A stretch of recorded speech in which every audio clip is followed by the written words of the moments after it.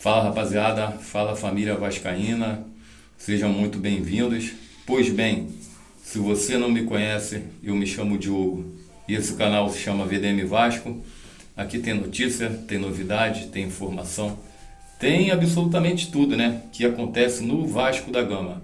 Para ficar por dentro de tudo é muito fácil, basta se inscrever no canal, ativar aquele sininho de notificações que fica no alto ali e ficar até o final do vídeo. E se puder também, deixa aquele joinha, né, para estar ajudando a gente a chegar na casa de mais vascaínos. Porque se você não sabe, quando você deixa o joinha, o YouTube entende que o vídeo é bom, entende que o vídeo é relevante e começa a recomendar esse vídeo para mais pessoas. Então, muito importante vocês deixarem o joinha para estar ajudando a gente, que é totalmente de graça, não paga nada e vocês vão nos ajudar muito. Família vascaína, desde já, desejar para vocês aí, ótima tarde de quinta-feira, só coisas boas na vida de vocês.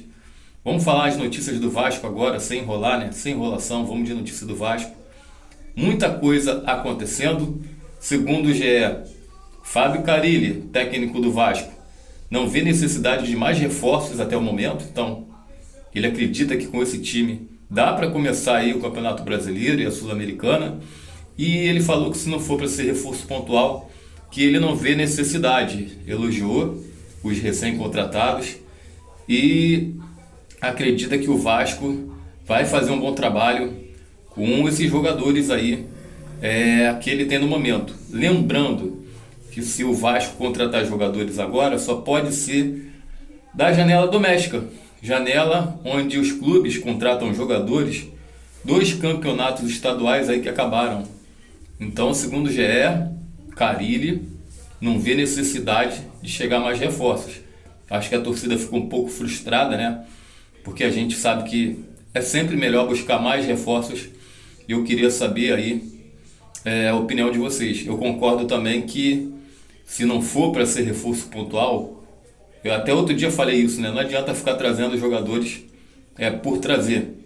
A gente sabe que a gente vai ter a volta do Adson, do Estrela, então, do DVD mais lá pra frente.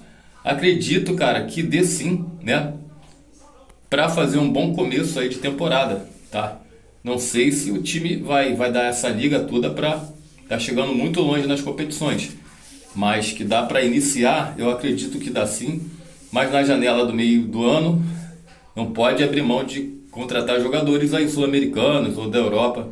Então, no meio do ano tem que trazer mais reforços, mas acredito que dá para fazer, não um começo de trabalho ótimo, mas pelo menos razoável. Não é o que a gente queria, né? A gente queria jogadores aí mais preparados para estarem começando a temporada, mas como o Pedrinho e o Marcelo Santana não tiveram a capacidade para tal, é esse time que a gente vai ter que apoiar, que a gente vai torcer muito para dar certo e vamos ver como que vai ser o desempenho, né?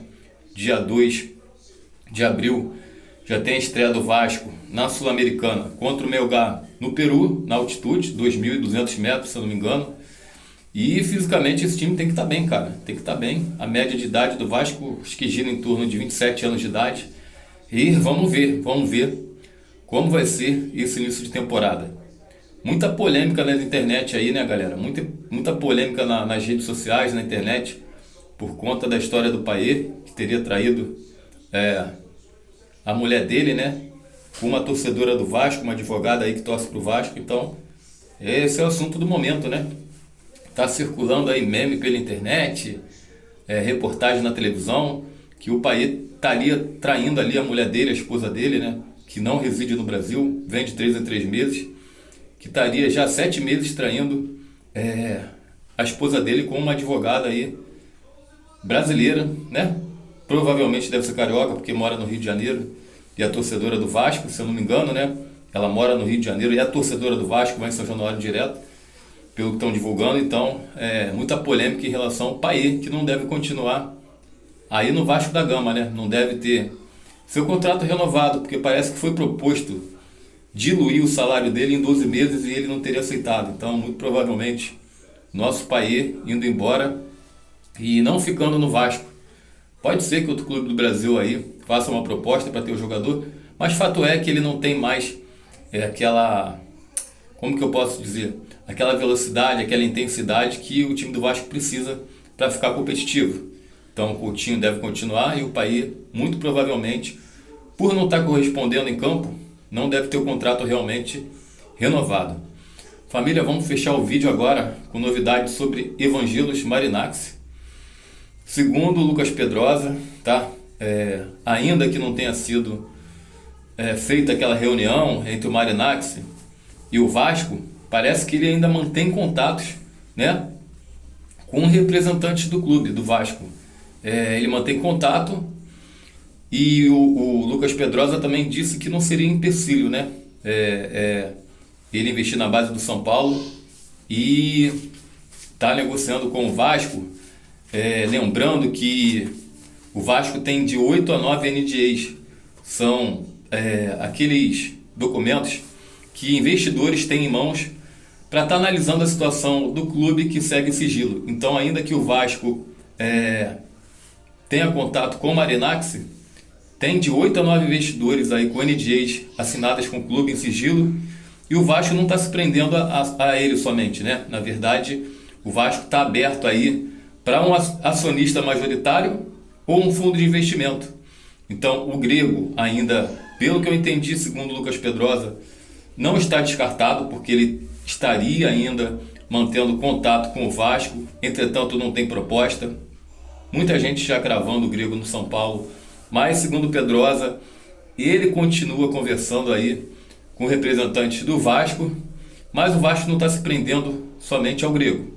Como eu falei, 8 a 9 documentos de NDAs de possível investidores, futuros investidores, porém não tem proposta, nenhuma proposta. O Vasco segue se movimentando, segundo o Lucas Pedrosa, o Vasco não está parado, tá? Não está parado aí, acomodado, somente com o Pedrinho, o Geri, a SAF, e o Vasco está se movimentando, mas não tem proposta até o momento. Então, a gente que falou aqui sobre o Marinax no vídeo de ontem, estamos trazendo essa informação, tá? Que o Vasco, apesar de não ter tido a reunião com o Marinax, que foi adiada, ainda segue conversando com o Grego. Então, para quem estava aí desanimado, tem essa informação sobre o Evangelos Marinax. Não sei se ele vem, não sei se ele vai desistir de investir na base do São Paulo para comprar a SAF do Vasco, mas fato é que seria muito bom, né? Ter um investidor da magnitude dele, que é um cara que é vencedor aí, né? Tem 3 clubes lá fora e foi eleito o melhor gestor do futebol europeu, trouxe o Nottingham Forest para as cabeças, né, do campeonato europeu que disputa, se não me engano, é a Champions League, né? Se eu não estiver enganado, se eu estiver enganado, vocês me perdoem. E o Rio Ave de Portugal e Olympiacos da Grécia, né, que é o time dele de coração, o Olympiacos da Grécia. O Olympiacos tem sido campeão nacional por mais de 6, 7 anos seguidos.